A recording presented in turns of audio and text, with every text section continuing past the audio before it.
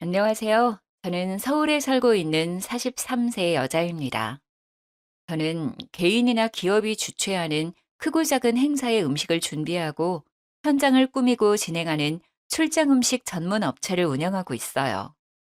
벌써 10년이나 되었네요. 규모는 작지만 마음 맞는 직원들과 꾸준하게 꾸려가는 중입니다. 어제가 저희 부모님의 기일이었어요. 제 손으로 직접 부모님이 좋아하셨던 음식을 만들어 산소에 다녀왔죠. 부끄러운 일이지만 매일 음식하는 게 일이면서도 부모님이 살아계실 적에는 맛있는 음식을 자주 만들어 드리지 못했는데요. 자식이란 원래 이렇게 부모님이 돌아가시고서야 후회하게 되는 존재라고 하네요. 부모님이 돌아가신 지는 벌써 꽤 시간이 지났어요. 지금은 많이 덤덤해졌다고 생각하지만 아직도 부모님 기일 즈음에는 마음이 늘 쓸쓸해지네요. 오늘도 정신없는 하루를 보냈는데 집에 돌아오니 괜히 마음이 울적해서요. 오늘은 모르는 분들에게라도 제 이야기를 한번 해보고 싶어지네요. 저희 부모님은 두 분이 같은 날 돌아가셨어요. 두 분이 뉴질랜드에 여행을 가셨는데 관광 중에 버스가 전복되는 사고가 났어요. 하필 멀미 때문에 두 분이 버스 앞쪽에 타고 계셔서 버스 운전사와 저희 부모님 두 분이 그 자리에서 돌아가시게 되었어요. 생전에도 두 분은 사이가 참 좋으셨거든요. 그래서 하늘나라도 이렇게 같이 가셨네요. 외동딸인 저만 혼자 남겨두고 말이죠. 그래도 저에게는 부모님이 남겨주신 넉넉한 재산이 있고 10년을 해도 여전히 재미있고 설레는 제 일이 있어서 씩씩하게 잘 살아가고 있습니다. 그런데 왜 다들 저만 보면 얼른 결혼하라고들 할까요? 혹시 결혼하신 분들 행복하신가요? 결혼한 사람들 이야기 들어보면 행복한 것보다는 힘들고 불행한 이야기가 더 많던데 왜들 그렇게 결혼 하는지 모르겠어요. 사실 외로울 틈도 없지만 저는 아무리 외롭더라도 아무나 하고 결혼할 생각이 조금도 없어요. 저희 부모님도 그걸 원하시지 않더라고요. 그걸 어떻게 알았냐고요? 저도 하마터면 결혼할 뻔한 적이 있었거든요. 정말 큰일 날 뻔했는데 결혼 직전에 겨우 파혼할 수 있었어요. 그래서 저는 제 부모님이 도와주셨다고 믿고 있답니다. 제가 성공적으로 파혼한 이야기 한번 들어보시겠어요? 그 남자를 처음 만난 건 그의 학원 개업식에서였습니다. 서울 변두리 지역의 작은 동네였는데 학원이 그렇게 크지는 않았지만 그 동네에서는 가장 번듯한 학원이었어요. 그 학원의 젊은 원장이었어요. 서울대 출신의 키도 크고 선하고 반듯한 인상을 가진 누가 봐도 훈남이었어요. 아는 사람에게 소개를 받았다며 저희 회사에 개업식 행사를 의뢰했는데 처음 문의할 때부터 하나하나 꼼꼼하게 묻고 확인하는 폼새가 보통이 아니더라고요. 그래서 저도 더 많이 신경 쓴 행사였죠. 저도 제일 하나는 아주 꼼꼼하고 야무지게 하거든요. 결국 개업식에 차린 저희 음식이 너무 정갈하고 맛있다는 칭찬을 많이 받고 장식도 세련되고 진행도 아주 만족스러웠다면서 여기저기 고객을 여러 명 소개해 주었어요. 사업하는 사람에게 그만큼 고마운 일은 없지요. 고마운 마음에 제가 먼저 전화를 걸어 저희 회사로 초대했어요. 제가 직접 요리를 해서 저녁을 대접하고 와인 한잔 하면서 오래 이야기를 나누게 되었죠. 진중하고 과묵한 줄로만 알았는데 술이 한두 잔 들어가니 주절주절 자기 이야기를 잘 하더라고요. 강사라서 그런가 말솜씨가 좋아서 시간 가는 줄 모르고 한참을 빠져들었어요. 그는 시골에서 자랐는데 어렸을 때부터 꽤 공부를 잘하고 용모도 반듯해서 온 동네의 유명인사였나 보더라고요. 농어촌 특별 전형이긴 했지만 무려 서울대를 합격했을 때는 정말 동네 여기저기에 현수막도 걸리고 부모님이 동네 잔치도 크게 했대요. 대학 다니는 동안에는 과외며 학원 강사 일을 하며 학비와 생활비를 벌었대요. 그러다 보니 학원에서 아이들을 가르치는 게 가장 익숙하고 잘하는 일이 되어서 졸업하고도 학원 강사로 일하다가 10년 만에 자기 학원을 차린 모양이더라고요. 나이는 37살로 저보다 3살이 어렸어요. 결혼을 했었는데 성격 차이로 오래 살지 못하고 헤어졌다고 하고요. 저도 어린 나이가 아닌지라 이 남자 저 남자 만나보았지만 그 사람은 정말 그 나이 때 남자들 같지 않게 순수한 구석이 있었어요. 학교와 아르바이트밖에 안 해본 삶이라 식견이 좀 좁은 것 같기는 했지만 정말 성실하고 착실하게 살아왔더라고요. 처음에는 정말 누나 같은 마음으로 이런저런 신경을 써주었어요. 제가 먼저 사업을 해보았으니 사업에 대해 이것저것 물어볼 때마다 제가 실질적인 도움을 주곤 했어요. 급할 때는 돈을 조금 융통해주기도 했지만 셈이 흐린 사람이 아니어서 꼬박꼬박 잘 갚더라고요. 또 반찬 같은 것도 이따금 챙겨다 주고 지나가다 눈에 들어오는 게 있으면 서로 선물해 주기도 했어요. 그런 시간을 보내면서 서로가 좋아하게 되었지만 저는 결혼할 생각까지는 하지 않았어요. 오랜 시간 혼자였어서 혼자가 편하기도 하고 사업에 집중해서 더 키워보고 싶은 욕심이 더 컸어요. 주변을 보니 아무래도 결혼을 하면 제약이 많아지더라고요. 그런데 제가 결혼을 결심한 건 그가 정말 끈질기고 성실하게 프로포즈했기 때문이에요. 10번이나 찍는 도끼질에 못 이기는 척 그렇게 결혼을 약속하게 되었습니다. 서로 결혼하기로 하고 그의 부모님에게 처음으로 인사드리러 가게 되었어요. 그런데 그날은 저보다 그가 더 안절부절 못하고 긴장하더라고요. 부모님을 만나기 전부터 그가 유난히 말이 너무 많아지더군요. 자기야, 우리 부모님들 말이야. 정말 좋으신 분들이야. 그런데 시골 분들이라 말을 좀 세련되게 돌려 말할 줄 모르고 그냥 막 촌스럽게 말해. 나쁜 뜻은 없는데 처음에 들으면 좀 불편할 수도 있을 것 같아. 그래. 그런 분들 많이 만나봤어. 나 이해할 수 있어. 그리고 또 말이야. 어렸을 적부터 그분들은 나밖에 모르고 사셔서 내가 최고라고 생각하시는데 그게 사실 좀 심해. 그러니까 좀이 아니라 좀 많이. 그러니까 내 말은 아이고, 알았어, 알았어. 어째 나보다 자기가 더 긴장한 것 같은데? 자기야, 걱정하지 마. 내가 누군데 그래. 나는 사실 별로 걱정 안 돼. 내가 어른들한테 얼마나 인기가 있는데. 내가 잘하면 돼. 괜찮아. 저는 어른들에게 싹싹하게 잘하는 편이고 어른들에게 예쁨 받는 편이라 크게 걱정도 안 되었어요. 처음 뵙는 분들이지만 분명히 저를 좋아하실 거라고 그렇게 만들 수 있다고 자신했지요. 오히려 긴장해서 안절부절 못하는 그가 귀여워 보였어요. 그런데 이 자리는 정말 제 생각과 완전히 다르더라고요. 그가 긴장하는 데는 그만한 이유가 있었어요. 일단 첫 마디부터 저를 당황하게 했어요. 아니, 황당했다는 게 더 정확하겠네요.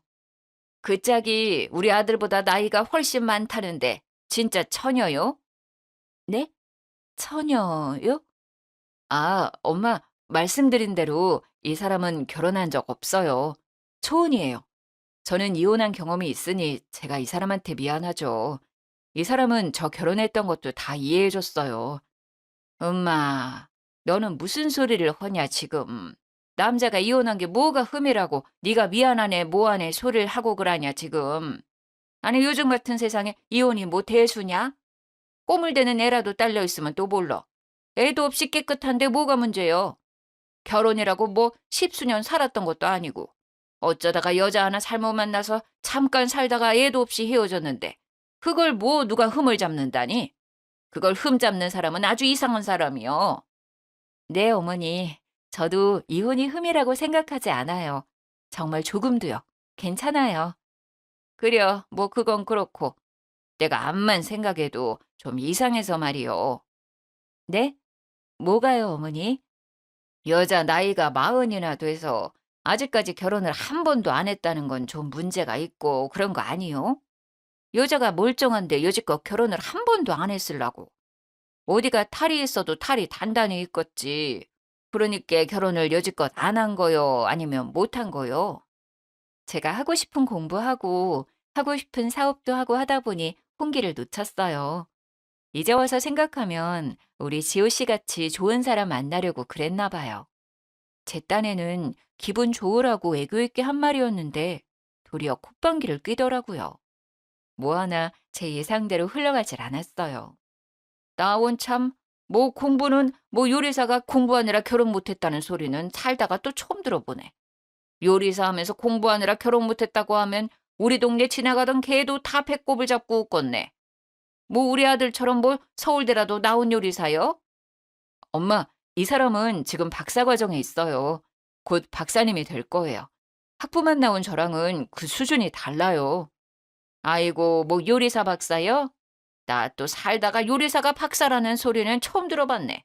그럼 나도 요리 박사요. 일평생 내가 지은 밥이 얼만데. 박사는 내가 박사요. 밥 박사, 김치 박사. 요리 박사가 아니고 외식 경영이라고 쉽게 말해서 사장님이 되는 공부예요. 아, 요리사 박사인지 사장님 박사인지 그런 건 다 됐고, 내가 지금 들어보니까 말 중에 바른 말은 딱 한 가지밖에 없네. 우리 아들 좋은 사람이라는 거. 내가 내 아들이어서 하는 말이 아니라 우리 아들 같은 남자가 세상에 어디가 있나 그래. 키 크지, 얼굴 잘났지, 공부도 잘해, 서울대까지 나왔어야. 지금은 무려 큰 학원의 원장 선생님이요, 원장 선생님. 나이 훨씬 많은 사람들이 원장님, 원장님 하면서 허리를 굽신굽신 한다니까? 말이야 바른 말이지. 이렇게 나이가 마흔이나 먹은 노처녀가, 그것도 요리사나 하는 여자가 서울대 나온 이런 잘난 남자를 언감생심 어떻게 만나냐고 그래. 아주 땡 잡았지. 조상이 나라를 구했지 아주. 그래. 그런데 그 짝은 뭐 무슨 일을 한다고? 아, 네. 출장 요리를 전문으로 하는 회사를 운영하고 있어요. 행사가 있을 때 음식도 준비하고 행사장도 꾸미고 현장에서 진행도 하고요. 직원이 한 10명 정도 되는데 서로 마음이 잘 맞아요. 규모는 크지 않지만 꾸준히 성장하고 있어요. 그래, 뭐 우리 아들이 해주는 말 들어보니 뭐 남의 집 잔치집 일해주는 그런 일이더만. 아이고, 세상이 좋아져서 출장 요리로 회사도 차리네. 옛날에는 가장 없는 사람들이 그 남의 잔치집 가서 일해주고 품삯 받고 그랬지. 우리 엄니도 그 옛날에 그런 일 많이 했구만. 잔치집 가서 하루 종일 빈대떡 부쳐주고 돈 몇 푼 받으면서 우리 떡 얻어다 먹이고 그랬지. 그런 걸 날품 판다 했어, 날품팔이. 도통 말이 안 통하고 기가 차서 한숨만 나왔지만 그래도 일단 꼭 참았어요. 아, 네, 예전에는 그랬죠. 지금은 엄연히 전문직이고 제가 사장이에요. 돈도 잘 벌고 있어요. 그 말에 그때까지 입을 꾹 다물고 앉아만 있던 그의 아버지가 미간을 잔뜩 찌푸리며 역정을 내더라고요. 그 여자가 날품 판다면서 돈을 얼마나 번다고 유세가 유세요. 똑똑한 우리 아들 잡았으면 그냥 집에서 애 낳고 키우고 있으면 되지. 뭘 몇 푼이나 번다고 유세를 하는겨? 박사니 뭐니 여자가 그 쓸데없는 공부는 왜 한다고 설치는겨? 서울대 나왔으면 그런 쓰잘데기 없는 짓거리 할 필요가 없지. 최고학부 나온 우리 아들 앞에서 뭐 잘났다고 박사니 사장이니 하고 있는가? 와, 정말 살면서 한 번도 들어보지 못한, 아니 한 번도 상상해보지 못한 소리를 들어야 했어요. 저희 부모님은 제지 사업을 하셨고 꽤 건실한 중소기업을 운영하셨어요. 덕분에 저는 어릴 적부터 여유 있는 집안에서 부족한 것 없이 커왔어요. 하고 싶은 일은 뭐든 할 수 있었고 부모님과 여행도 많이 다녔고요. 서울 소재의 4년제 대학을 졸업하고 제가 원해서 미국으로 유학을 갔어요. 거기서 세계적으로 유명한 요리 학교를 졸업했어요. 요리가 너무 좋았거든요. 한국에 다시 돌아와서는 호텔 레스토랑에서 근무하면서 대학원에 갔고 지금은 외식 경영학 박사과정을 하고 있는 중입니다. 이런 제가 못 배우고 가난하다는 소리를 살면서 들어봤겠어요? 더군다나 누가 봐도 저보다 못 배우고 가난해 보이는 분들이 저에게 계속 못 배웠네, 없이 사네, 그런 말들을 쏟아내고 있는 걸 듣자니 정말 이 상황이 꿈인지 현실인지 구분이 안 될 정도로 정신이 혼미해지더라고요. 그분들이 저보다 더 가진 거라곤 서울대 나온 아들 하나인데 말이죠. 아, 그 아들이 돌싱이긴 하지만 애도 없고 저보다 나이도 어린데다가 키가 크고 잘생겼네요. 아무리 그래도 저한테 그런 말을 할 자격은 없는 것 같지만요. 저도 어디 가서 할 말 못하고 당하는 스타일은 아닌데 남친의 부모님, 그것도 결혼을 약속한 사이라 예비 시부모님이라고 생각하니 뭔가 어렵긴 하더라고요. 또 너무 황당하고 너무 상식 밖이라 말문이 막히기도 했고요. 머리가 아프기도 하고 기가 막혀서 화가 나기도 하고 아무튼 엉망진창이었어요. 그래서 그 자리를 대충 마무리하고 일찍 일어났어요. 얼굴이 붉어진 채 식당을 나선 저를 그가 따라 나왔어요. 자기야, 그, 괜찮아? 우리 부모님이 좀 내가 얘기한 대로지? 아니, 자기가 얘기한 것보다 더 심하시더라. 내가 만나본 사람 중에 최악이었어. 한 번도 만나보지 못한 유형이야. 나 지금 너무 혼란스러워. 이 결혼 다시 한번 생각해 봐야 할 것 같아. 그러자 그는 사색이 되어서 저에게 매달렸어요. 무릎까지 꿇어가며 사정하더라고요. 아니, 자기야, 그게 무슨 소리야. 내가 미안해. 정말 미안해. 이렇게 내가 무릎 꿇고 빌게. 우리 부모님 대신 내가 용서를 빌게. 정말 나도 우리 부모님이 이럴 때마다 너무너무 괴롭고 창피하고 그래. 그런데 우리 엄마 아버지 세상에는 나밖에 없어. 우리 엄마 아버지가 사는 세상에는 내가 제일 잘나고 제일 돈도 잘 벌고 대통령이 오더라도 내가 더 잘났다고 생각하시는 분들이야. 그게 우리 부모님이 살아가는 유일한 이유고 삶의 의미고 낙이야. 우리 부모님 정말 불쌍한 분들이야. 제발 용서해줘, 자기야. 제발 한 번만 이해해줘, 어? 그래. 그러니까 그 세상에 내가 끼어들면 안 될 것 같아. 그냥 두 분 그렇게 잘난 아들과 함께 편하게 사시라 그래. 나도 내가 잘난 세상에서 내가 살던 대로 편하게 살게. 우리는 안 될 것 같아. 자기야, 내가 살고 싶어. 자기가 잘난 그 세상에서 내가 살고 싶어서 그래. 그 세상에서 살아야 내가 살 수 있어. 정말이야, 자기야. 내가 진짜 잘할게. 우리 결혼하면 우리 엄마 아버지 안 보고 살아도 돼. 나만 가끔 우리 부모님 만나고 오면 되잖아. 내가 진짜 약속할게. 맹세할게. 결혼은 나랑 하는 거잖아. 우리 부모님이랑 살려고 하는 게 아니잖아. 어? 내가 진짜 약속할게. 자기가 원하면 각서라도 쓸게. 아니, 혈서를 쓸까? 우리 엄마 아버지 절대 안 만나도 된다고? 어? 제발 자기야. 결혼 안 한다는 말은 하지 마. 어린아이처럼 엉엉 울면서 매달리는 그를 차마 내칠 수가 없었어요. 너무 기가 막히지만 그들의 아들로 사는 이 남자도 어딘가 좀 안쓰럽더라고요.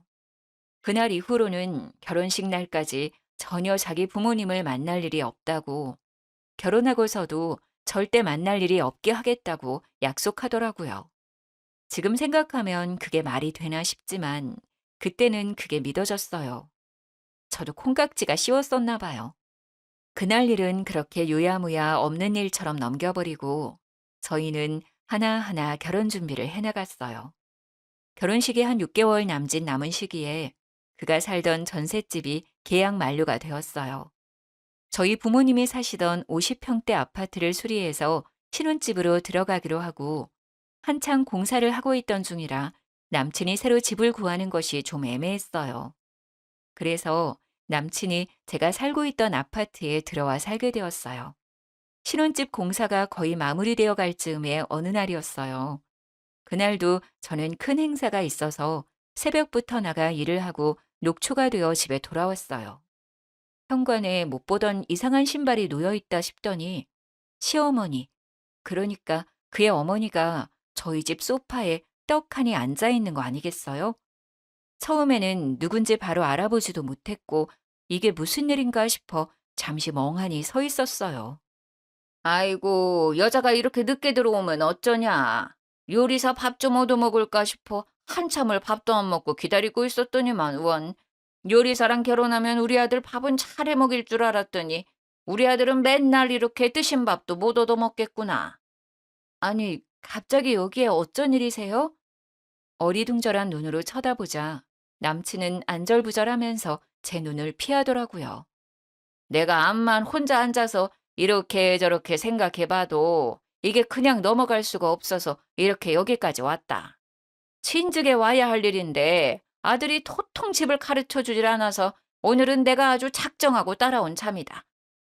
그러니까 무슨 일로 오셨는데요? 그 신혼집이 네 부모님이 살던 집이라면서? 아들 말로는 그 집이 크고 좋다긴 하더만은 그게 중요한 게 아니고 거기가 사람이 죽어나간 집인데 신혼부부가 그냥 들어가서 산다는 게 내가 암만 생각해봐도 영 찝찝하고 깨름직해서 견딜 수가 없어. 그 사람이 죽어나갔다는 것은 그 집이 영 재수가 없다는 것인데 신혼부부가 그 재수 없는 곳에 들어가면 부정 타서 쓰겄냐는 말이요. 사람이 죽어 재수가 뭐 뭐라고요? 너무 기가 차서 말이 제대로 나오질 않았어요. 그의 어머니는 만날 때마다 말로 제 정신을 혼미하게 만들더라고요. 제가 정신을 차릴 틈도 없이 어머니는 계속 떠들어댔어요. 내가 살아가면서 큰일이 있을 때마다 찾아가서 물어보는 선상님이 있는데 그 선상님이 산에 가서 기도도 많이 하고 사주랑 뭐 이런 공부도 많이 한 사람이라 영이 아주 맑아. 우리 아들이 이렇게 훌륭하게 잘 큰 것도 다 그 양반이 손 피해주고 서울대 가는 부적도 써주고 그런 거거든.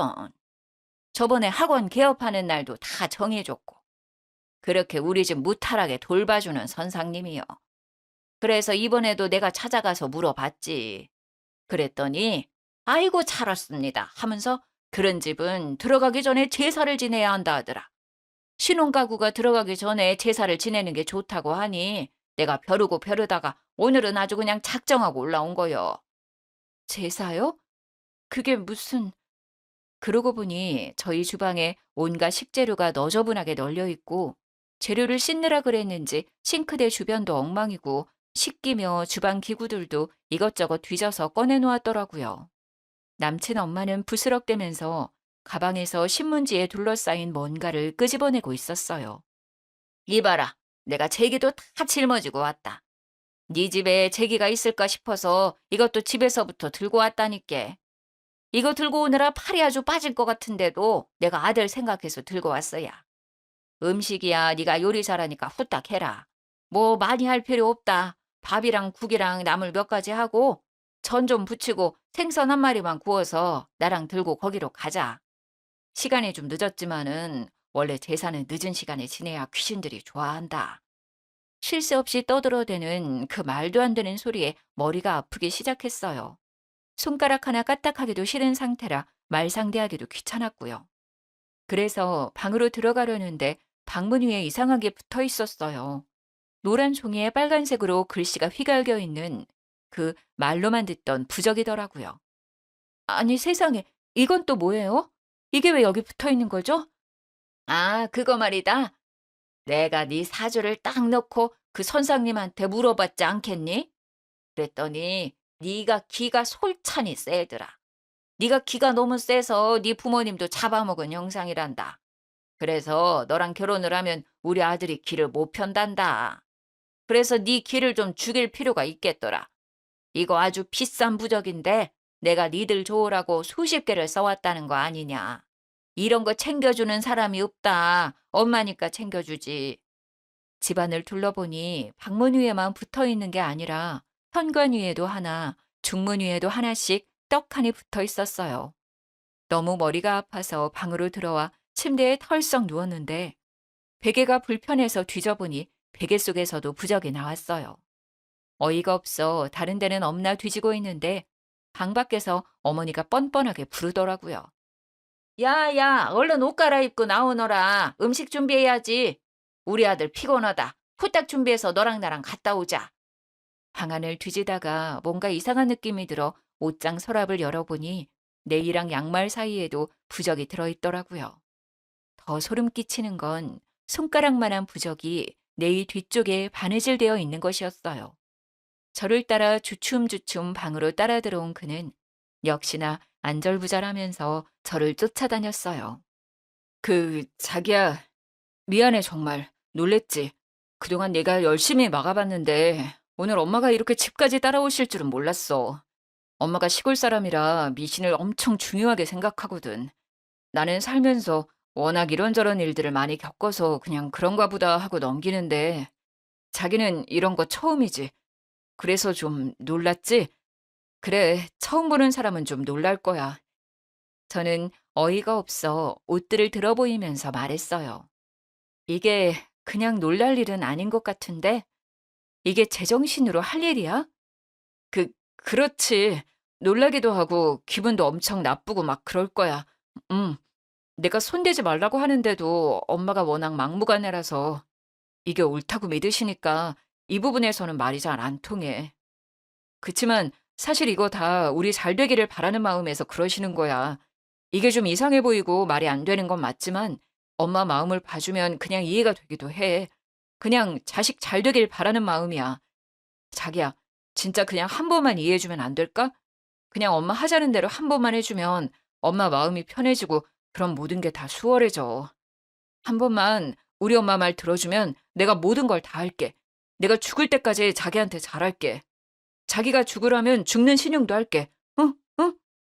나도 없는 내 집에 자기들 마음대로 들어와서 이것저것 만지고 난리를 쳐놓은 것도 열받지만 내가 우리 부모님을 잡아먹었네. 사람이 죽어나간 집이라 재수가 없네 했던 말들이 자꾸 떠오르면서 피가 거꾸로 솟는 기분이 들더라고요. 거기에 이 남자가 떠들어대는 한 번만 이해해달라는 말도 도저히 더 이상은 들어줄 수가 없었어요. 앞으로도 이런 일이 있을 때마다 이 남자는 언제나 한 번만 이해해달라고 하겠더라고요. 결국 엄마를 이기지 못하는 착한 아들이니까요. 베개도 다 뒤집고 옷장도 다 뒤집고 온 방안을 이잡듯 뒤져서 부적을 샅샅이 다 찾아냈어요. 많기는 또 얼마나 많은지 기도 안 차더라고요. 또 집안 곳곳에 붙어있는 부적도 다 떼어내서 어머니 앞에 가져가 박박 찢었어요. 어머니는 자리에서 벌떡 일어나 떨어진 조각을 손으로 주워 담으면서 거의 울부짖었어요. 야, 이 못돼 먹은 년 같은 이라고. 이게 얼마짜린데. 내가 이걸 얼마를 주고 써왔는데 귀한 줄도 모르고 이 난리야. 아이고, 죽 써서 개 줬네, 개 줬어. 이렇게 여자가 드세니 지 부모도 잡아먹고 결국 지 남편도 잡아먹지. 이 부적뿐 아니라 당신들도 다 찢어버리고 싶은 마음이니까 지금 당장 내 집에서 나가요. 당신도 나가. 내 앞에 다시는 나타나지 마. 다시는 보고 싶지 않으니까. 야, 이 누구 맘대로 우릴 내쫓냐? 나 못 나간다. 내 부적값 다 내놔라, 이년아. 이게 얼마짜린데 이걸 다 찢어버렸냐? 아이고, 아까워라. 부정 탔네. 다 부정 탔어. 저는 핸드폰을 들어 경찰에 신고했어요. 경찰이 와서야 두 모자를 내 집에서 내보낼 수 있었어요. 주거 침입과 기물 손괴 등으로 고소를 진행하고 파혼을 통보했습니다. 침구 세트도 싹 바꾸고 속옷도 싹 다 갖다 버렸지만 벽에 남은 풀자국을 볼 때마다 분노가 치솟았어요. 부모를 잡아먹었다느니 사람이 죽어나간 재수 없는 집이니 하는 말은 화가 나는 걸 넘어서 저에게 상처가 되었어요. 이 정도로는 도저히 분이 풀리지 않더라고요. 복수를 해야겠다 생각했어요. 눈에는 눈, 이에는 이. 고소장을 쓰면서 그의 어머니에게 전화를 했습니다. 전화 오면 피하려고 전화번호를 미리 저장해 두었거든요. 특별히 고소를 취하해 줄 테니 꼭 만났으면 하는 사람이 있다고 말했더니 제가 말한 곳으로 한달음에 찾아오더라고요. 늦저녁에 그의 어머니를 만났습니다. 어머니, 제가 그동안 많이 생각해 봤어요. 그날은 제가 당황스럽고 화가 많이 나서 그랬지만 혼자서 가만히 생각해 보니 어머니 말이 틀린 말이 아닌 것 같더라고요. 아이고, 그랬냐? 네가 이제야 말이 좀 통하는구나. 저도 사실 힘든 일 있을 때마다 찾아가서 물어보는 선생님이 있어요. 서울에서 엄청 유명한 무당이신데 그분 복채가 엄청 비싼데도 사람들이 줄을 서거든요. 예약이 3개월씩 밀려 있기도 해요. 아, TV에도 나온 적이 있었는데 이거 혹시 보신 적 있으세요? 저는 미리 찾아놨던 유튜브를 찾아서 보여줬어요. 무당이 구슬하는 장면이었는데 얼굴이 제대로 보이지는 않았어요. 아, 이거 무슨 프로야? 나는 테레비에서 이거는 못 본 것 같은데. 집안일 하다 보면 테레비 볼 시간도 없어. 근데 테레비에 나온 이 선상님을 네가 안다고? 테레비에는 유명한 사람들이 나오는 거 아니야? 네. 서울에서 모르는 사람이 없을 정도로 유명한 무당이세요. 저도 사업하면서 어려울 때마다 찾아가는데 재벌이나 정치인들, 연예인들도 많이 찾아가는 사람이에요. 그래, 제 아무리 재벌이고 대통령이라도 큰일 하려면 손을 피해야 한다. 사람 일이라는 거는 사람의 힘만으로 되는 것이 아니거든. 네. 그래서 이번에도 제가 찾아가 봤어요. 어머니 말씀이 자꾸 생각나서. 그래, 그래. 잘했다, 잘했어. 가봤더니 선생님이 뭐라고 하더냐? 어머니 말씀이 틀리지 않더라고요. 결혼하기 전에 객지에서 돌아가신 저희 부모님의 혼령을 달래드려야 하고 사돈 어른들께도 인사할 수 있게 해드리래요. 그러려면 시골집 마당에서 구슬하는 게 좋겠다고 하더라고요. 그래, 내 말 틀린 말 하나도 없다. 그런데 구슬한다고? 굿이야. 할 수 있으면 좋지. 그런데 그 굿이라는 게 한두 푼 드는 일이 아니라서. 돈은 전혀 걱정하지 마세요. 어머니는 그냥 집 마당만 내어주시면 돼요. 나머지는 다 제가 알아서 준비할 거예요. 저희 결혼을 위한 일이고 무엇보다 제 부모님 일이잖아요. 마당만 내어주시면 나머지는 제가 다 준비해서 선생님 모시고 내려갈게요. 아유, 그래. 마당 내주는 일이 무엇이 어렵겠니? 오늘 가서 마당에 지저분한 것들 좀 치워야 쓰겄다. 아참, 그런데 어머니, 한 가지 꼭 지켜야 할 것이 있다고 해요. 저는 짐짓 소리를 낮추며 말했어요. 비밀이라도 말하는 것처럼요. 뭔데 그려? 지호 씨는 이 굿판에 있으면 절대 안 된대요. 지호 씨는 영혼이 너무 순수한 사람이라 굿판에 있으면 부정을 타서 앞으로 내내 재수 없을 거라고 하더라고요. 아이고, 그래, 그래. 그거 말이 된다. 우리 아들이 진짜 순백이다, 순백. 세상에 그렇게 순수한 사람이 없다. 그게 속이 피단결이라 잡귀들이 쉽게 볼 수 있지. 그건 말이 된다. 그런 일이 있으면 안 되지. 우리 아들이 어떤 아들인데 부정 타면 안 되지, 그럼. 네네. 그러니까 이건 저희끼리만 진행하는 거예요. 절대로 지호 씨에게 말하시면 안 돼요. 아버님한테도 잘 말씀해 주세요.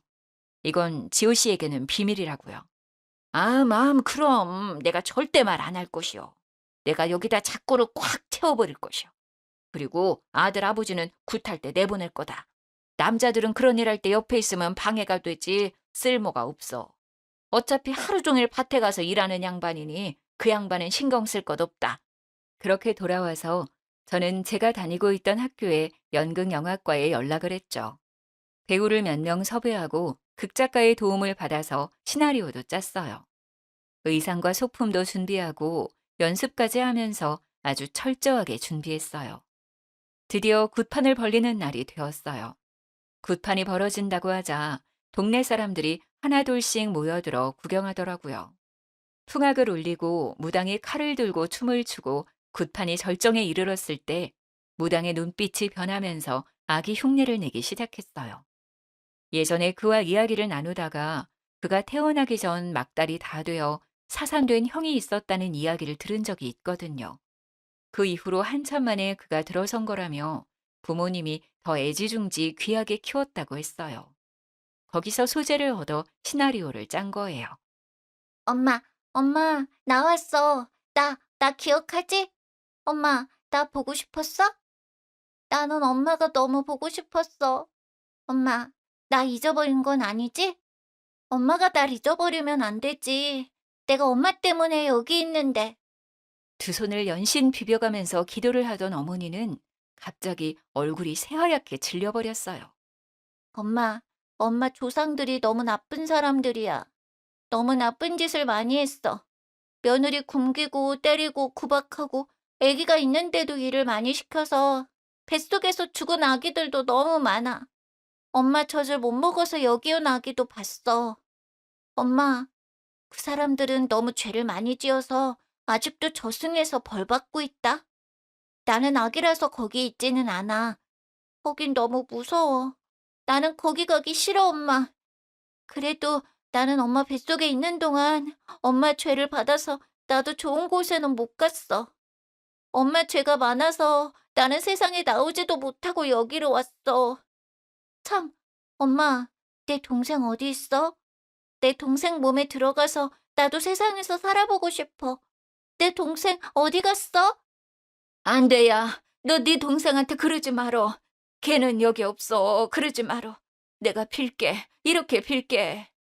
어머니는 사색이 되어서 두 손을 모아 싹싹 빌었어요. 엄마, 왜 나를 위해서는 기도도 안 했어? 나는 엄마 죄 받아서 세상에도 못 나왔는데, 내 동생은 엄마 사랑 듬뿍 받고 잘 살았지. 나는 여기에 이렇게 와 있는데. 내가 이거 하나 알려줄까? 내 동생 결혼시키지 마.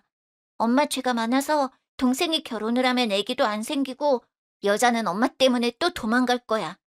애를 낳으면 그 애가 또 엄마 죄를 받게 되니까 애 낳으면 안 돼. 절대 안 돼.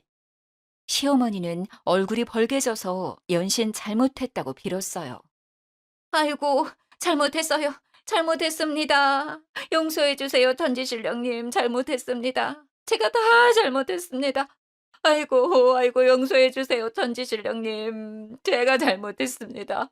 우리 아들 죄 주지 마세요. 동네 사람들은 그 모습을 보면서 수군대더라고요. 아이고야, 서울에서 유명한 무당이라더니 진짜 용한가벼. 그전에 며느리도 아들이랑 그렇게 둘 사이는 좋았는데 여기만 오면 그렇게 울고 싸우고 하다가 이혼했잖아. 애도 앵간히 안 들어선다고 그러더라고. 아이고, 그려. 그거 맞는 말이요. 그 양반한테 아들이 너무 귀하고 잘난 아들이잖아. 며느리한테는 좀 박했지. 그이도 참하고 이뻤는데. 에이구, 조상이 죄가 많아 그랬구만. 아유, 저 조상도 며느리를 구박했다잖아. 집안 내력이구만. 하기사 그 시절에 며느리 구박 안 한 집이 어디 있겠냐마는 그 시절에 시집살이 고됐지. 시자 들어가서 나도 시금치 안 먹어. 저, 저 무당 말하는 거 들어봐봐. 며느리 구박하면 저승 가서 벌 받는 데잖아. 아이고, 우리 시엄니도 저승 가서 고생 좀 하고 있겠네. 어이구, 호랭이 같은 양반. 그렇게 생전에 마음을 굳게 쓰야 저승 가서도 편한겨. 내가 이 나이가 돼도 우리 시엄니한테 시집살이 한 거 생각하면 아직도 분하고 속이 상해. 그래서 나는 며느리한테 엄청 잘해줄 건데. 아직 며느리가 없어서 한이네. 우리 아들놈은 언제나 상가를 갈 건가 몰라. 나는 며느리 생기면 업고 살아야겠어. 그러면 저승 가서 좋은 데 갈 거 아니여. 그렇게 굿판이 끝나고 동네 사람들은 혀를 끌끌 차면서 뿔뿔이 흩어졌어요. 그의 어머니는 땅바닥에 주저앉아 엉엉 울고 있었습니다. 굿판이 다 정리되고 무당들 먼저 보내고 나서 저는 멍하니 앉아있는 그의 어머니에게 다가가서 말했습니다. 어머니, 이 결혼을 제가 다시 생각해 보려 했는데요. 이런 이야기를 들으니 너무 찝찝하고 깨름칙해서 그렇게 할 수가 없겠네요. 며느리가 죽어나가고 아기가 죽어나간 집이라 재수가 없어서요. 제가 이 집에 들어오면 부정 탈 것 같다고 저희 부모님이 걱정하시네요. 이 결혼은 없던 일로 하겠습니다. 저는 그 길로 뒤도 돌아보지 않고 제 차를 타고 올라왔어요. 아들에게는 정말 부정 탈까봐 이야기를 하지 않았는지 그가 따로 연락해 오진 않더라고요. 주거 침입 구속건은 취하하지 않았습니다. 당연히 그들로부터의 전화도 피하고 메신저도 답하지 않았고요. 그가 몇 번 집으로 찾아오긴 했지만 그때마다 경찰을 불러 해결했어요. 찾아올수록 가중처벌이 된다는 말에 남친도 더 이상 찾아오지 못했습니다. 짧은 시간에 밀어닥친 일련의 모든 사건들에 저는 완전히 지쳐버렸어요. 저는 핸드폰 번호부터 바꾸고 살던 집은 부동산에 내놓아 세를 주었어요. 신혼집으로 하려던 아파트는 정이 많이 들었던 곳이라 마음이 아팠지만 이번 기회에 처분했습니다. 수리를 잘 해놓았더니 생각보다 좋은 값을 받게 되었네요.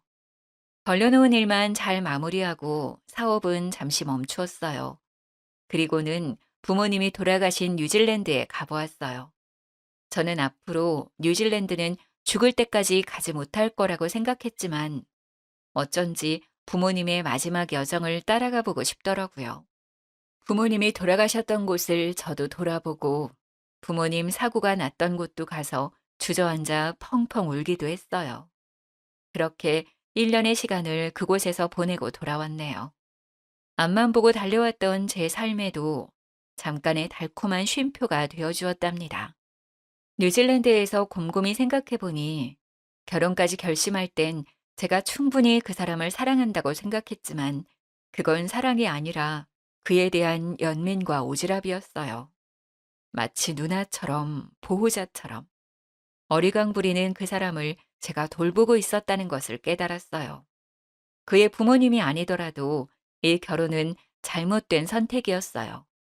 결혼은 동등한 지위의 성인이 서로에 대한 책임감을 갖고 시작해야 하는 일이니까요. 저는 그동안 세상에 혼자 남았다고 생각했지만 하늘에 계신 부모님이 늘 저를 지켜주고 있다는 생각이 들었어요. 그렇게 생각하니 다시 힘이 나더라고요. 1년 만에 한국에 돌아와 잠시 멈춰두었던 사업을 다시 시작했어요. 마침 코로나가 전 세계적으로 유행하면서 행사는 전면 중지되었지만 홈파티용 음식들을 기획해서 판매하다 보니 크게 흔들리지 않고 그 시간을 버틸 수가 있었어요. 이제 코로나가 끝나면서 조금씩 파티와 행사들이 시작되고 있네요. 그래서 요즘은 또 매우 바쁘게 일하고 있답니다. 하늘에서도 늘 함께 해주시는 우리 부모님, 저를 믿고 따라주는 우리 직원들, 저희 음식을 좋아하고 찾아주는 고객들, 나를 사랑해주는 친구들, 이렇게 좋은 사람들과 즐거운 시간을 함께 하는데도 시간이 모자라네요. 저 이렇게 멋지고 씩씩하게 잘 살고 있으니 결혼 같은 거 안 해도 되겠죠? 지금까지 제 사연 들어주셔서 감사합니다.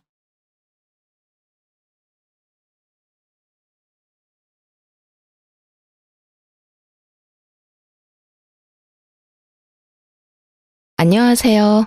저는 30대에 결혼한 지 얼마 안 되는 새댁이고요. 남편과 저는 친구의 결혼식에서 우연히 만난 사이예요. 사실 제가 더 몸이 달았었죠. 그때 저와 사선 방향에 앉아있던 사람이었어요. 분위기가 참 특이했죠. 뭐랄까, 약간은 그늘진 것 같으면서도 알 수 없게 신비한 듯한 그런 인상의 남자였어요. 그 사람에게서 눈길을 뗄 수가 없더라니까요. 친구의 친구 몇 다리를 건너서 그 사람이 뭘 하는 사람이며 그 사람의 연락처까지 알 수 있었죠. 알고 보니 그 사람은 명문대를 나와서 현재 공무원 5급 공채 시험을 준비 중인 사람이더라고요. 정말 큰 용기를 내서 그 사람에게 전화를 걸었더니 저를 기억하고는 있더라고요. 하지만 처음 반응은 심드렁했답니다. 그렇게 한동안 반응이 없더니 제가 적극적으로 대쉬를 하니까 슬슬 제 쪽으로 넘어오기 시작했어요. 저는 대학교를 나오기는 했지만 지방에 있는 대학교를 나온 사람이었죠. 학벌로 따지자면 제가 많이 기우는 형편이었답니다. 서로 마음만 맞는다면 까짓 학벌이 뭐냐 하는 생각이었죠. 그 사람과 이 얘기 저 얘기 하다가 그 사람에 대해서 여러 가지를 알게 되었죠. 어머니가 일찍 돌아가셨다고 하더군요. 그 사람에게서 느낀 그늘이 어쩌면 어머니를 일찍 여인 탓이라는 생각이 들었답니다. 그리고 어머니의 정을 모르고 자랐다는 생각을 하니 가슴이 아팠어요. 아버지 손에 혼자 자랐다니 자라면서 느꼈을 외로움도 컸겠죠. 한 1년 정도 만나다가 드디어 결혼 이야기가 나오기 시작했죠. 시아버지 될 사람이 반대했다는 얘기를 들을 수 있었어요. 아들처럼 좋은 대학교를 나온 머리 좋은 며느리를 기대하셨다나요? 그렇지만 예비 남편이 아버지를 설득하고 또 설득해서 승낙을 받아냈죠. 시어머니가 안 계시는 바람에 결혼 준비 과정에서 친정엄마가 많이 곤란해하셨어요. 엄마한테 바깥 사돈 될 사람이니 사실 얼마나 어려웠겠어요. 그런데 예비 시부는 몰라서 그러는지 일부러 그러는지 제게 줄 예물도 대충, 예복도 대충, 저한테 줄 것은 모두 대충 해주었답니다.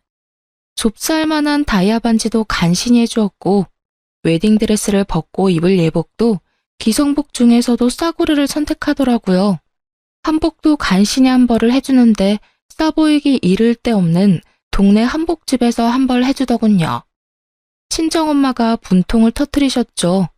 왜 이런 집안에 시집을 가야 하냐고 말이죠.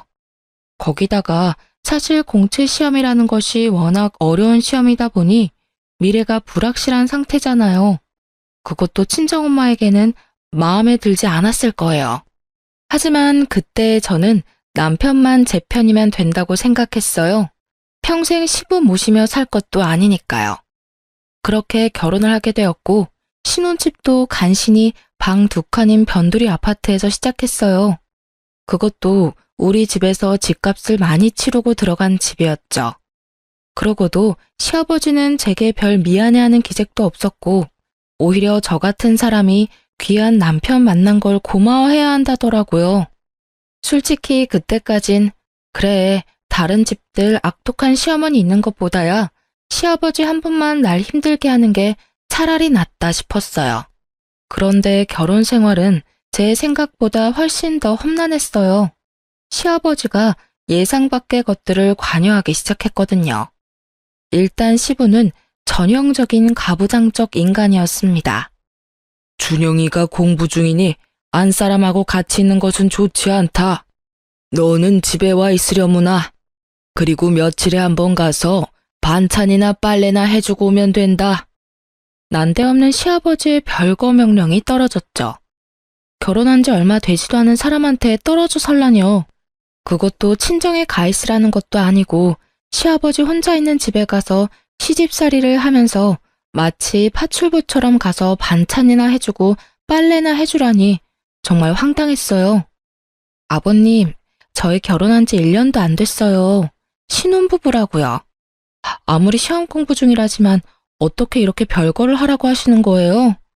무조건 혼자 있다고 공부가 잘 되는 건 아니죠. 그러면 왜 결혼 허락하신 거예요? 차라리 시험에 붙고 결혼하라고 하셨어야죠. 제가 시집으로 들어갈 기미가 보이지 않자 결국 시아버지는 남편을 데리고 집으로 들어가 버리셨어요. 가잔다고 따라간 남편 또한 한심하다는 생각이 들더군요. 남편과 시아버지 둘 다 들으라고 가서 또박또박 제 의견을 말했어요. 아버님, 시험 공부 중요한 거 저도 알아요. 하지만 주변 상황이 정리되어야 시험 공부도 잘 되는 거잖아요. 제가 집에 혼자 있으니 이 사람 마음이 아무래도 편하지 않을 거고, 또 아버님이 귀한 아들 내조하실 거 아니잖아요. 오히려 준영 씨가 아버님 뒷바라지를 하게 될 것 같은데요. 저하고 있을 때보다 따로 있는 게 더 시험 공부에 지장을 주게 되는 거죠. 그런데 다음 순간에 정말 상황에 어울리지 않는 생뚱맞은 소리가 들려왔어요. 무언가 깨지는 소리가 날카롭게 공기를 찢었죠. 시아버지가 제가 하는 말을 버릇없는 말대꾸라고 생각했고 그 분을 이기지 못해서 사기 재질로 되어 있는 잿더리를 벽에다 던진 것이었어요. 잿더리가 산산조각이 나서 사방에 흩어졌죠. 아버님, 저희가 기왕 결혼을 한 이상 아무리 부모님이라 해도 이러실 권리가 없으신 거예요. 그걸 왜 모르세요? 그리고 아버님, 사람을 향해서 던지지는 않으셨다고 해도 이건 엄연히 폭력이에요. 어떻게 맞이한 지 1년도 안 되는 며느리 앞에서 이런 충격적인 모습까지 보여주세요? 남편이 제 입을 막고 끌다시피 밖으로 데리고 나오더라고요. 내 말 틀린 거 하나도 없잖아. 그리고 준영 씨도 그래. 어떻게 새신랑이 오란다고 그렇게 홀딱 가버려? 집에 새 신부 혼자 놔두고 말이야. 귀를 막고 한번 물어봐. 세상 천지에 시아버지 집에 들어와 사는 며느리가 어딨어. 그것도 단 둘이. 당신은 이게 경우에 맞는 요구라고 생각해? 남편이 싹싹 빌다시피 제게 사정을 하더라고요. 아버지가 원래 가부장적인 분이야. 자라면서 아버지 뜻을 거역해 본 적이 없어. 어머니도 살아생전에 아버지 의견 반대하는 건 거의 본 적이 없고. 당신이 이해해, 응? 참나, 뭐 이런 경우가 다 있나요? 아니, 가부장적이면 그 요구가 아무리 불합리해도 다 들어야 한다는 건가요? 저는 남편의 이런 해명이 더 이해가 안 가더라고요. 그래서 저는 남편더러 시험 공부 뒷바라지 제가 제대로 할 테니 집으로 돌아가든지 여기 눌러 앉아서 다시는 저를 볼 생각을 말든지 둘 중에 하나를 택하라고 했어요. 그리고 이런 뜻을 시아버지에게도 분명히 전했죠. 신혼 초부터 별거하느니 차라리 헤어지겠다고. 시아버지에게 대들고 대들어서 남편을 집으로 데리고 가는데 성공했어요. 첫 번째 라운드는 제 승리로 끝난 것이었죠. 가면서 시아버지한테 본의 아니게 말대꾸를 하게 되어서 죄송하지만 이렇게 하는 것이 순리이니 아버님께서 이해해 주시길 바란다고 진심을 담아 말했어요. 시아버지가 아무 말도 못하더군요. 제 성격이 원래 이렇게 도리가 아니거나 좀 불이한 것을 보면 못 견디는 성격이거든요. 이런 제 성격과 시아버지의 가부장적인 성격이 충돌해서 시아버지와 저 사이에 대립은 자주 일어났죠. 거기다가 자식에 대한 긍지가 너무 지나친 사람이었어요. 저희 집에 자주 와서 둘러보고는 이건 이래라 저건 저래라 하는데 이건 뭐 시어머니보다 더하더라고요. 시아버지 시집살이가 더 맵다라는 말이 떠오를 수밖에 없었죠. 반찬이 이게 뭐냐? 네 남편이 무슨 소냐? 불밭이 따로 없구나. 이래가지고 체력이 필요한 시험 공부를 제대로 할 수나 있겠니? 우리 집 반찬까지 가지고 트집을 잡는 것이었죠. 사실 지금 상황에 제가 작은 회사에 다니면서 버는 돈으로만 두 식구가 살림을 하고 있는 중이었어요. 그다지 넉넉할 리가 없었죠. 돼지고기는 기름기도 많고 건강에 좋지 않다. 공부하느라고 앉아있는 애한테 먹일 만한 음식이 아니야. 고기를 먹이더라도 소고기를 먹여라. 하루에 한 끼는 소고기로 단백질 섭취를 시켜줘야 해. 소고기 좋은 거 누가 모르냐고요. 하지만 당신 아들이 아직 수험생인데 무슨 돈으로 하루에 한 번을 꼭 소고기를 먹일 수가 있겠어요? 솔직히 가장이 수험생인 것도 감당하기 힘든데 저 나름대로 식재료를 신경 써서 식사 준비를 했단 말이죠. 수중에 있는 돈을 고려해서 건강한 식재료 찾는 게 어디 쉬운 일인가요? 그런 일에까지 참견하는 시아버지가 참 경우 없다 싶더군요. 이렇게 시아버지와 제가 사사건건 대립하던 중 드디어 남편이 시험에 합격했어요. 정말 눈물이 날 만큼 기뻤답니다. 시아버지도 뛸 듯이 기뻐했죠. 시아버지가 그렇게 기뻐하는 모습을 보니 같이 좋은 게 아니라 수험생 시절에도 그렇게 아들 하나 가지고 유세를 떨더니 이제는 더 심해지겠구나 싶은 생각이 자꾸 들어서 마냥 좋아할 수만은 없겠더라고요. 어쨌든 남편이 연수를 마치고 발령을 받아 꽤 많은 연봉을 받게 되었죠. 이제는 제가 버는 적은 돈을 가지고 이리저리 머리를 써서 쪼개 쓰지 않아도 된다는 생각을 하니 흐뭇했답니다. 친정엄마도 정말 좋아해 주셨어요. 그런데 기쁜 것도 잠시 또 시아버지가 제 화를 돋우는 요구를 하더라고요. 네 남편의 오늘날이 있기까지는 내가 키우면서 제대로 교육을 시켰기 때문이야. 그러니 네 남편이 버는 돈은 모두 나한테 보내라. 내가 알아서 적금도 부어주고 내 생활비도 쓰고 할 테니 말이다. 네 남편이 번 돈은 내가 관리하겠다는 말이다. 알아들었겠지?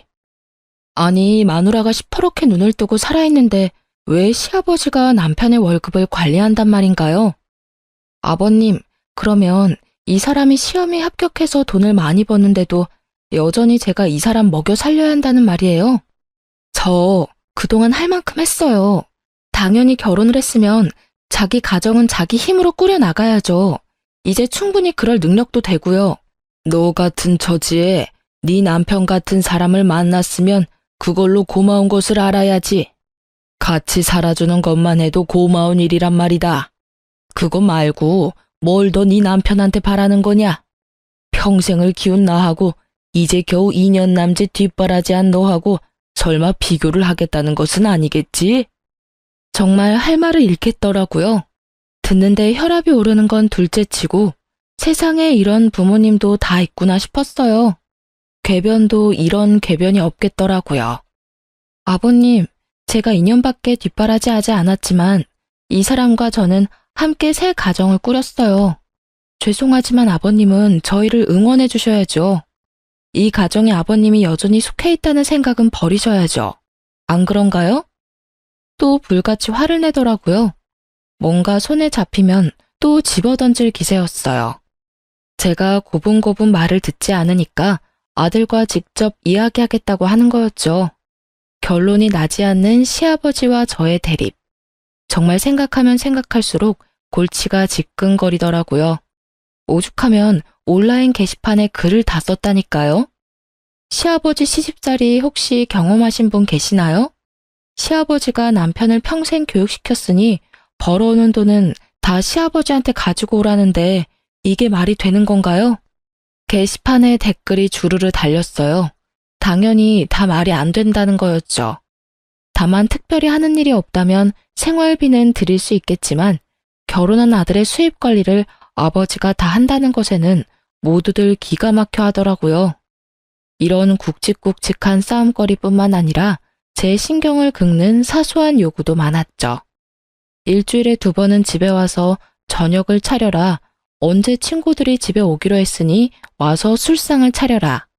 그것도 하루 이틀 시간도 주지 않고 직전에 연락해서는 제게 명령조로 말하더라고요. 남편과 또 말싸움이 벌어지고 말았죠.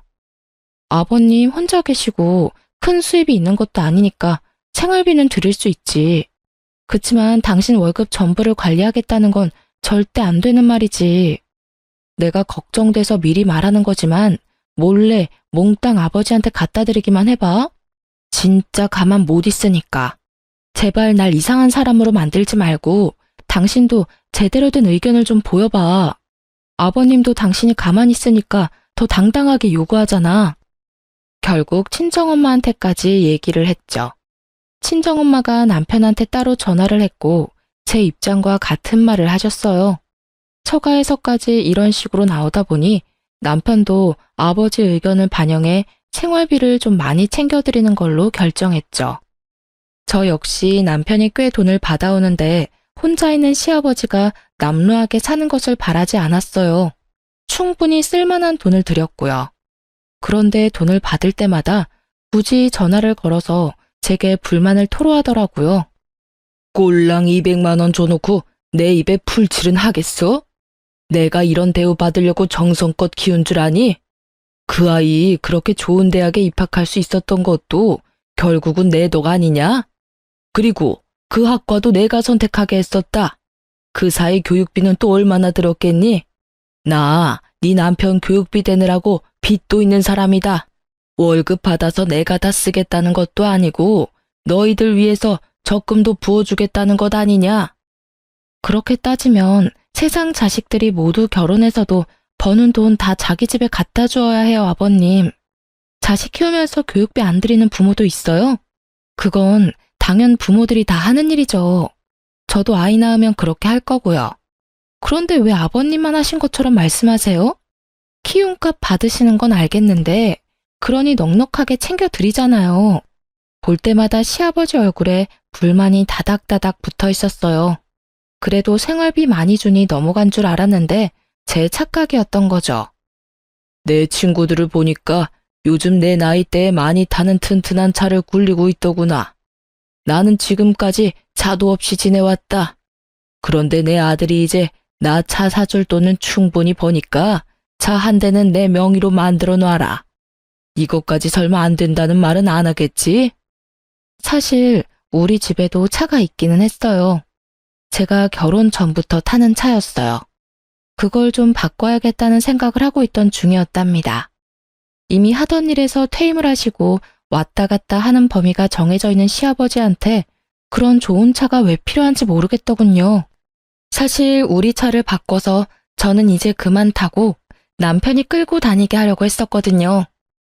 시아버지한테 이런 뜻을 전했죠. 그랬더니 뭐라는 줄 아세요? 생활비도 많이 안 주는데 자기 차는 꼭 새 걸로 사달라며 우리가 사려고 했던 새 차에 대한 할부값은 꼭 제 월급에서만 해결하라고 강조하더라고요. 남편에게 혹시나 시아버지 차 사는 일에 단 한 푼이라도 더 갖다가는 이번에는 정말 이혼이라고 으름장을 놓고 말았네요. 그런데 이 파파보이가 결국 아버지 고집을 꺾지 못하고 기어코 할부로 차를 샀던 모양이에요. 그것도 저한테 숨기고 있다가 남편의 카드 명세서를 보고 알게 되었답니다. 제가 이미 예고한 대로 짐을 싸서 친정으로 가버렸어요. 남편이 예상보다 늦게 친정으로 찾아왔더라고요. 거의 보름이나 지난 다음에 저를 데리러 왔죠. 부모님은 그런 남편을 보고 혀를 끌끌 차며 말하셨죠. 직업이 좋을지 모르나 이리 보나 저리 보나 참 마음에 안 드는 사위라고 말이죠. 결국 시부차는 저질러 놨으니 저희 차를 미루기로 했네요. 남편이 자신은 굳이 차가 필요하지 않다고 알아서 뒤로 빠졌어요. 시아버지와 저의 싸움을 좀 줄여보자는 생각에서였겠죠.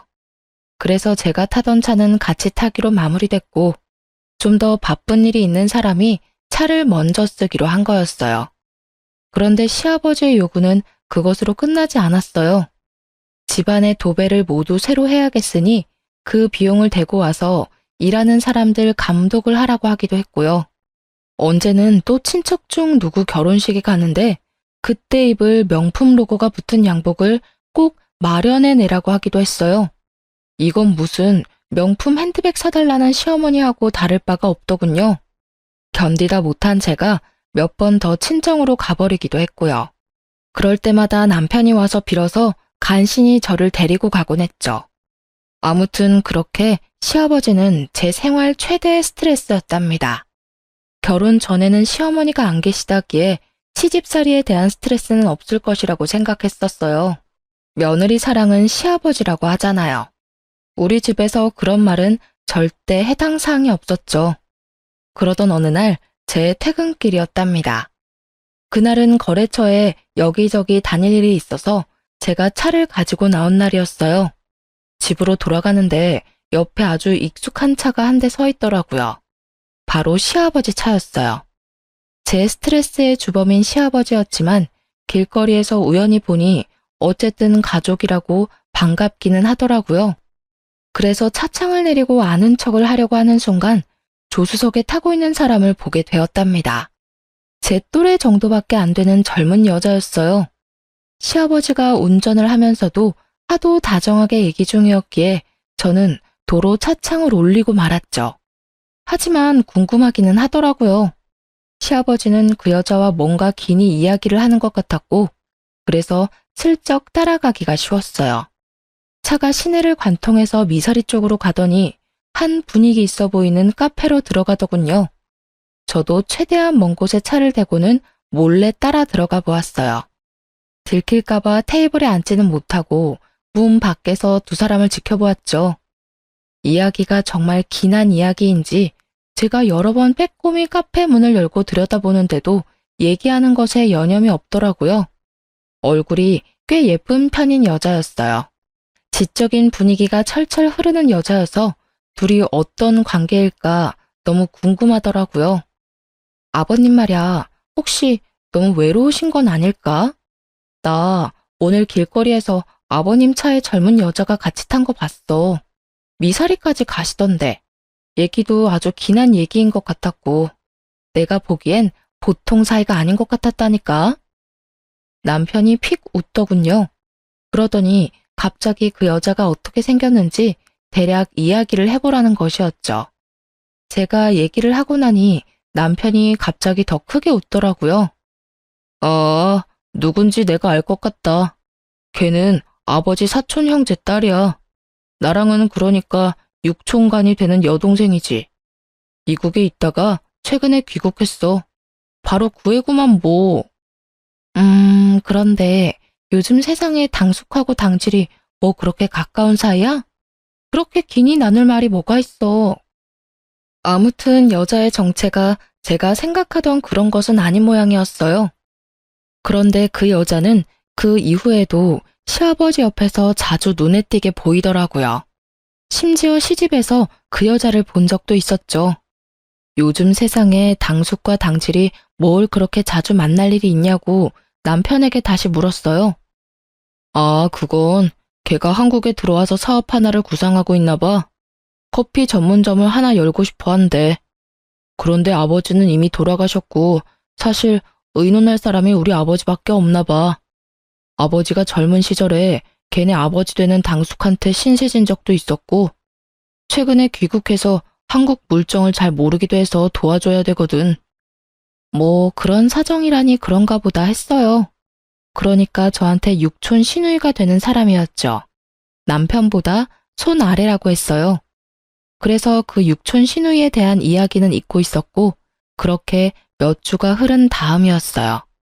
친정엄마가 밑반찬을 아주 넉넉히 해오시면서 제 시부에게도 갖다 주라고 하기에 반찬들을 챙겨 들고 퇴근 후 조금 늦은 저녁에 시집으로 갔죠. 엘리베이터에서 내렸더니 현관문 앞에 어떤 여자가 문을 열고 나오고 있더라고요. 그 육촌 시누이 되는 사람이었어요. 그 여자가 고개를 들고 저를 보더니 깜짝 놀라더라고요. 안녕하세요. 말씀만 들었지 인사는 처음이네요. 제가 아마 옳게 되는 입장일 거예요. 그렇게 말씀 들었어요. 안녕하세요. 저도 말씀 많이 들었어요. 다음에 뵐게요. 제가 지금은 바쁜 일이 좀 있어서. 뭐 그리 놀랄 일이 있었던지 어딜 빨리 가봐야 한다며 도망치듯 그 자리를 벗어나더라고요. 그런데 너무 서둘다 보니 핸드백이 도어락 손잡이에 걸리면서 바닥에 뭔가가 떨어지더군요. 집어들고 보니 가방 장식품이었어요. 비싸 보이는 물건이라 꼭 전해줘야겠다고 생각하고 아래층으로 따라 내려갔죠. 찰나의 순간이라 아직 멀리 못 갔을 거라 생각했는데 쉽게 보이지 않더라고요. 두리번 거리다가 다른 동까지 와버렸고 마침 어떤 여자 통화 소리가 들리는데 그 여자 같더라고요. 나 정말 깜짝 놀랐어. 갑자기 문 앞에 서 있더라니까. 언제까지 기다려야 하는데 아버님한테 무슨 대책이 있으신 건데 그 여자랑은 정말 언제 헤어질 거야? 이 말만은 정확히 들을 수 있었죠. 하지만 지나가는 자동차 소리에 더 자세한 말은 들을 수 없었어요. 속으로 이 시누이도 애정관계가 복잡하구나 생각했답니다. 목소리가 들리는 방향으로 찾아갔죠. 아가씨, 여기 뭐 하나 떨어뜨리고 가셔서. 그야말로 유령이라도 본 듯 기겁을 하며 도망을 가더라고요. 정말 빠른 속도로 그곳을 벗어나는 거 있죠? 남편이 퇴근한 후 이 이야기를 하면서 집까지 드나드는 이유가 뭐냐 물었죠. 그랬더니 남편이 말하기를 그 사업 관리를 아버지에게 맡길 수도 있다는 것이었어요. 커피 전문점이라면 젊은 사람들의 감각이 필요한 일이었기에 좀 의외라는 생각이 들긴 했지만 그거야 뭐 본인들이 알아서 할 일이니까요. 그즘 남편은 일이 많은지 귀가가 늦는 날이 많았어요. 공무원의 좋은 점 하나가 칼퇴인데 남편은 신입이라 아직은 그러지 못하다는 것이었죠. 남편이 힘들겠다 싶었어요. 친정엄마가 그 말을 듣고 정말 등급이 좋은 사고를 사서 올려보내셨어요. 이번에도 역시 넉넉하게 보내주셨기에 시아버지 몫까지 준비했죠. 그리고 거의 밤을 새고 사고를 고았어요. 덕분에 다음날 출근해서 신나게 졸았답니다. 시아버지가 먹을 것을 따로 담아서 차에 싣고 시집을 향해 갔죠. 시집에 도착해보니 좀 의외의 상황이 눈앞에 벌어져 있더군요. 우선 신입이라 일에 바쁘다던 남편이 그날만은 칼퇴를 했는지 시집에 와 있더라고요. 그런데 시아버지와 함께 그 육촌 시누이도 같이 있더라고요. 요즘 들어 늘 귀가가 늦었던 남편이었기에 조금 이상하다 싶긴 했죠. 그리고 또 좀 이상한 것이 제가 들어가니 그동안 무슨 이야기를 하고 있었던지 입을 다물면서 분위기가 싸해지는 것이었어요. 할 얘기를 해봤자 시누이가 버린다는 사업 이야기밖에 없었을 텐데 그 이야기가 저 있는 곳에서는 못할 이야기인가 싶더라고요. 하긴 우리 시아버지가 저를 무시하는 거야 뭐 잘 알고 있긴 하지만요. 저 같은 사람이 남편과 살고 있다는 것 자체를 고마워해야 한다는 사람이잖아요. 그러니 뭐 사업 이야기 같은 얘기를 제 앞에서 굳이 하고 싶지 않을 수도 있었겠죠. 하지만 어쨌든 이런 분위기가 마음에 걸리긴 했어요. 직감적으로 뭔가 이상한 것은 틀림없었죠. 남편과 함께 집으로 돌아왔지만 제 마음이 계속 찜찜했어요. 남편이 샤워를 하고 피곤하다며 먼저 잠에 떨어지고 나서 침대 옆 협탁 위에 있는 남편 핸드폰이 눈에 띄었죠. 패턴이 걸려있더군요. 하지만 남편은 제가 아는 한 일과 아버지밖에 모르는 단순한 사람이었죠. 슬쩍 멀리서 보았던 패턴을 비슷하게 따라해보니 금방 풀리더라고요. 시아버지와 주고받은 문자가 우선 보이더군요. 어떤 방법으로 일을 처리하시려고 그러시는데요. 어떻게든 이 애비가 알아서 할 테니 기다려라. 이런 내용밖에 별다른 내용은 없었어요. 하지만 처리한다는 그 일이 어떤 일인지 궁금하긴 하더라고요. 그리고 패턴이 열린 김에 남편의 핸드폰을 구석구석 살펴보았죠. 그러다가 앨범에서 그 신우이와 남편이 찍은 사진을 발견하게 되었어요. 좀 상식적이지는 않더라고요. 요즘 세상 사촌 간에도 특별한 경우가 아니면 그다지 교류가 없는 판국에 육촌남매가 같이 사진 찍을 일이 뭐가 있나 싶더라니까요. 셀카는 아니고 누가 찍어준 듯 한 방향을 바라보고 같이 웃고 있는 사진이었어요. 그런데 그 순간 갑자기 제 머리를 치고 지나가는 기억 하나가 있었죠. 그때 그 신우의 통화 내용 말이에요.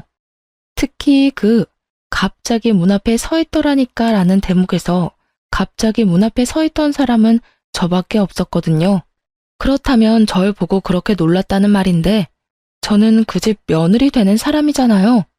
전혀 놀랄 이유가 없는데 뭔가 제게 숨기는 게 있다는 거 아니겠어요? 곰곰이 생각하던 중 한 가지 계획을 세우고 시집을 방문했어요. 하지만 세 사람이 같이 있는 경우가 드물더라고요. 남편도 제 시간에 퇴근하기 시작했죠. 제 계획을 실행하는데 한 달이 넘게 걸렸어요. 저는 일부러라도 시집을 자주 방문했어요. 결국은 기회가 오더라고요. 예고 없이 찾아가 보니 마침 세 사람이 또 같이 있는 날이었어요. 이번에도 그 묘한 싸한 분위기를 느낄 수 있었고요.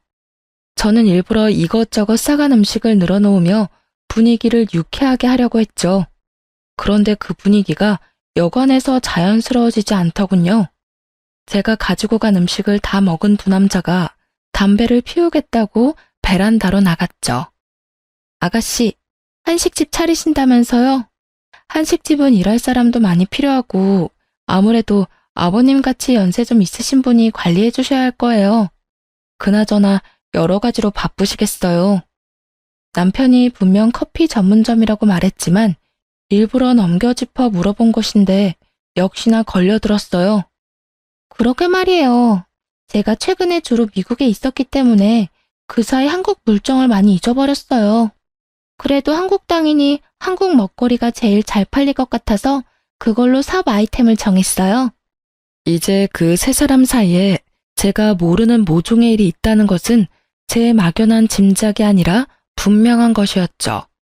집에 들어와서 곰곰이 생각에 잠겼어요. 그리고 다음날 신우의 어떤 말도 또 머릿속에 떠올랐죠. 바로 핸드백 장식을 주러 나갔을 때 한 말. 그 여자랑은 언제 헤어질 건데? 라고 전화에 대고 하는 말이었죠. 여기서 그 여자라 함은 바로 저를 칭하는 말이라는 생각은 지나친 것일까요? 저는 고개를 여러 번 저었답니다. 설마 아닐 거야, 아닐 거야 했죠. 다음날 남편을 먼저 출근시킨 다음 바로 흥신소를 붙였답니다. 흥신소에서 연락이 오기까지 기다리는 시간이 그리 길지 않았어요. 바로 며칠 만에 흥신소에서 아주 결정적인 사진 몇 장들이 우선 날아왔거든요. 육촌 시누이 혈족이라면서요. 다정하게 같이 모텔에 드나드는 사진도 있더라고요. 기도 안 차더군요. 남편의 퇴근 시간, 그 여자가 남편의 직장 앞에 서서 기다리는 사진도 있었죠. 흥신소에서 보내온 동영상에는 제가 모를 자동차를 타고 둘이 서울 근교로 나가는 것도 포함되어 있었습니다. 직업이 공무원인 만큼 조심해야 했겠죠. 숙박업소 출입은 주로 서울에서 좀 떨어진 곳에서 잡았고 퇴근 시간이 늦었던 이유가 이 여자 때문인 것도 알게 되었네요. 흥신소의 말로는 남편은 거의 정시 퇴근을 한다고 말해줬어요. 남편이 제가 모든 것을 알고 있다는 것도 모른 채 집에 와서 하는 꼬라지를 당분간 지켜보았어요. 퇴근할 때마다 무지무지 피곤해 보이더군요. 하긴 그 먼 거리를 운전해서 나갔다가 숙박업소에 들어갔다 나오고 또 반대 방향인 집까지 먼 거리를 운전해서 오려니 얼마나 피곤하겠어요. 아주 단순한 인간인 줄 알았더니만 피곤해하는 연기는 꽤 수준급이더군요. 이후에 보내오는 사진들도 가관이었어요. 커플 모자에 커플티를 착용한 사진부터 시작해서 놀이공원에서 아이들처럼 천진하게 뛰노는 사진까지 별별 사진이 다 있더라니까요. 둘이 불륜관계라는 것은 이제 분명했죠. 그리고 당연히 육촌 시누이라는 것도 거짓말이었을 테고요. 하지만 한 가지 여전히 해결되지 않는 것이 있었어요. 바로 시아버지가 이 일에 어떻게 관련되어 있는지를 모르겠더라고요. 하지만 한 가지만 분명하잖아요. 적어도 시아버지가 둘의 관계를 미리 알고 있었거나 알고 난 후에 묵인했다는 것이었죠. 모든 증거를 확보하고 남편에게 직접 물었습니다. 사진들과 동영상이 담긴 USB를 남편 앞에 던졌어요. 그걸 본 남편의 얼굴이 마치 죽은 사람처럼 핏기가 없어지더군요. 남편을 추궁했어요. 우선 얼마나 된 사이인지를 물었죠. 한동안 입을 다물고 있던 남편이 전부 포기한 듯 털어놓기 시작하더군요. 그 여잔 내가 대학교 때부터 좋아한 내 첫사랑이야. 잠시 사정이 있어서 헤어져 있다가 최근에 다시 만난 사이야. 정말 기가 막히더군요. 길거리에서 만나서 잠깐 즐긴 것이라고 하면 차라리 이것보단 나을 것 같았어요. 그런데 10년이 넘도록 간직해온 첫사랑이라뇨. 그렇게 첫사랑을 못 잊으면서 왜 저하고 결혼했냐고 따졌죠. 그랬더니 망설이면서 한다는 말이 더 가관이었어요. 제가 먼저 접근해왔지만 사실 저에 대해서 큰 관심은 없었다고 하더라고요. 그런데 친구들을 통해서 아름아름 알아보니 우리 친정이 잘 산다는 걸 듣게 되고 아버지와 의논해서 결혼을 결정했다고 말이에요. 친정이 잘 사니 수험 생활이 끝날 때까지 편하게 지낼 수 있을 것이라고 생각했다면서요. 그러니까 이 미친 부자가 수험 생활 동안 돈 꺼낼 수 있는 ATM이라고 저를 생각한 거예요. 결혼을 어떻게 수험 생활할 동안 생활비 대주는 용도로 생각했어? 그 좋은 학교에서는 그렇게 가르치나 봐? 첫사랑? 그래. 누구한테나 첫사랑은 있지. 그렇게 첫사랑이 소중했다면 어떤 이유로든 다른 여자와 사귀거나 결혼했으면 안 되는 일 아니었을까? 당신의 첫사랑이라는 그 여자도 당신이 시험에 붙을 때까지 생활비 대줄 용도로 다른 여자와 사는 걸 알고 있는 거고. 아, 사랑하는 사람이면 서로 힘들어도 같이 살면 되지. 그깟 돈 때문에 좋아하지도 않는 여자를 옆에 두고 산다고? 웃기지 마. 수험 생활 뒷바라지 하는 게 힘들어서 그 여자는 널 찬 거야. 딱 보면 나오잖아. 그게 네가 말한 진정한 사랑이야? 당신은 그 잘난 머리로 공부만 하지 말고 사람 보는 눈을 높여봐. 하긴 내가 그런 말 할 처지는 안 되네. 당신이 뭐가 잘났다고 돈 써가며 내조했을까? 남편이 말없이 듣고 있더군요. 그 여자가 먼저 남편을 차서 헤어지게 되었다더군요. 그래서 헤어져 있는 기간 동안에 그 여자가 다른 남자하고 약혼을 했다가 파혼을 했다는 것도 듣게 되었죠. 그게 모두 미국에서 이루어진 일이라고 했고, 귀국해서는 남편을 찾았는데 남편은 그때 시험 공부 중이었고요. 그때 마침 제가 적극적으로 남편에게 대시를 했었던 바람에 결혼까지 한 거였죠. 웃긴 건 시아버지가 그 여자를 무척 마음에 들어한다고 말하더라고요. 남편과 같은 명문대 출신이라 머리가 좋다는 이유에서요. 시부가 얼마나 가부장적이냐면 자식을 낳으면 머리는 엄마 쪽을 닮는 거라며 무조건 좋은 대학을 나온 사람과 결혼해야 한다는 이념을 가진 사람이었어요. 아무리 그래도 그렇지 이미 결혼식까지 치른 자식이 다른 여자를 만난다는데 뜯어 말렸어도 모자랄 판에 오히려 반가워했다네요. 정말 비뚤어진 아버지와 비뚤어진 아들의 합작품이 아닐 수 없었어요. 다음 날 남편놈과 함께 시부에게 찾아갔죠. 도살장에 끌려가는 소같이 구는 남편놈과 함께 도착했더니 시부도 뭔가 잘못되었다는 걸 알아차린 거죠. 이 사람 이제 다 자랐고 결혼까지 한 사람이에요. 자기 가정을 꾸려나가는 데 있어서 아버님이 초등학생 학교 보낸 것처럼 참견하신 일에 대해서는 더 말씀드리지도 않겠어요. 그런데 그렇게 좋은 대학에 보내 잘 교육시켰다는 분이 아들의 불륜관계를 부추기다뇨? 그리고 이미 결혼한 죄 없는 며느리를 내쫓을 생각을 하셨다고요? 아버님의 아들에 대한 평생 교육이 어땠는지를 정말 잘 알겠네요. 바로 아버님의 그런 삐뚤어진 사랑이 삐뚤어진 아들을 만들어낸 거예요. 결혼은 조건이 아니라 사랑으로 하는 거지. 돈이 필요해서 잠깐 같이 사는 계약관계가 아니라고요. 뭐, 위자료 치르고 아들 이혼하면 그만이라 생각할 건가요? 아버님이 돈 뜯어내는 ATM 정도로만 생각했으니 저도 순순히 물러날 생각 없네요. 뜯어간 만큼 도로 채워 넣으셔야죠. 아시죠? 저는 남편 수험 생활을 마칠 때까지 가정에 헌신했고 남편은 뒷바라지해준 조광지처 배신하고 더러운 불륜이란 걸 저지른 불륜남일 뿐인 거. 물론 아버지로서 아들 불륜 눈 감아준 것도 법적으로 크게 작용할 거예요. 다들 그만한 대가는 치르셔야죠.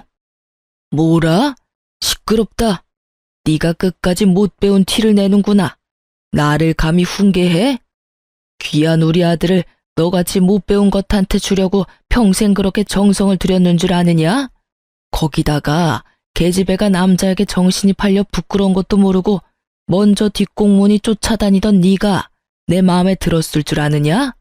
거기다가 생각한 만큼 돈도 안 쓰는 구두쇠 집안이더구나. 잘 산다기에 수험 생활할 동안 퍼줄 줄 알았지. 거기다가 고분고분하지도 않고 하나부터 끝까지 너는 내 며느리가 아니었어. 못 배웠다고 계속 무시하시는데 그쪽이야말로 하나는 알고 둘은 모르나 보죠? 세상 사람들은 뭐라 생각하겠어요? 법적으로 사기 결혼에 해당하는 행위를 오로지 돈 때문에 밀어붙였으면 그건 부모가 자식 이용했다고밖에 생각 못하죠. 그리고 귀한 아드님 공무원 만들 생각은 하고 한순간에 인생 망할 줄은 상상도 못했나 보죠? 이 사람 직장? 공직이죠. 그래서 더 알려야 한다고 생각해요.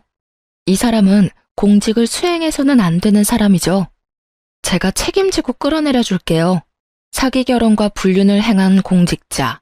사람들이 얼마나 분노하겠어요?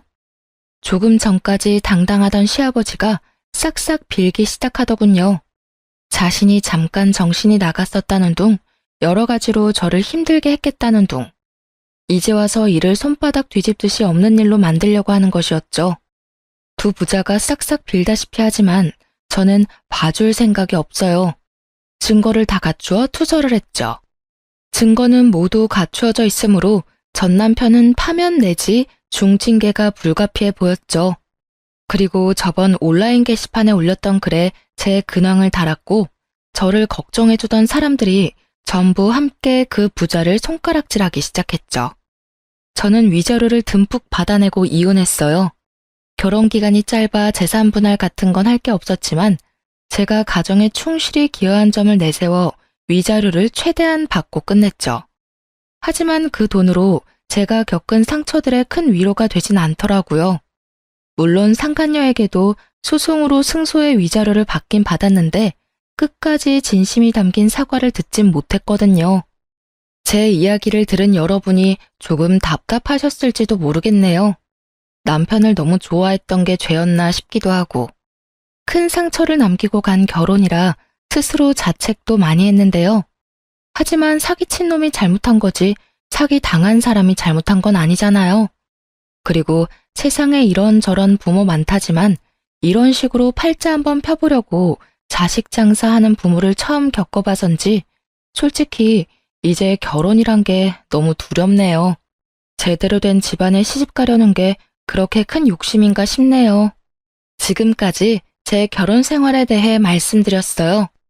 짧게나마 많은 위로와 응원 부탁드립니다. 감사합니다.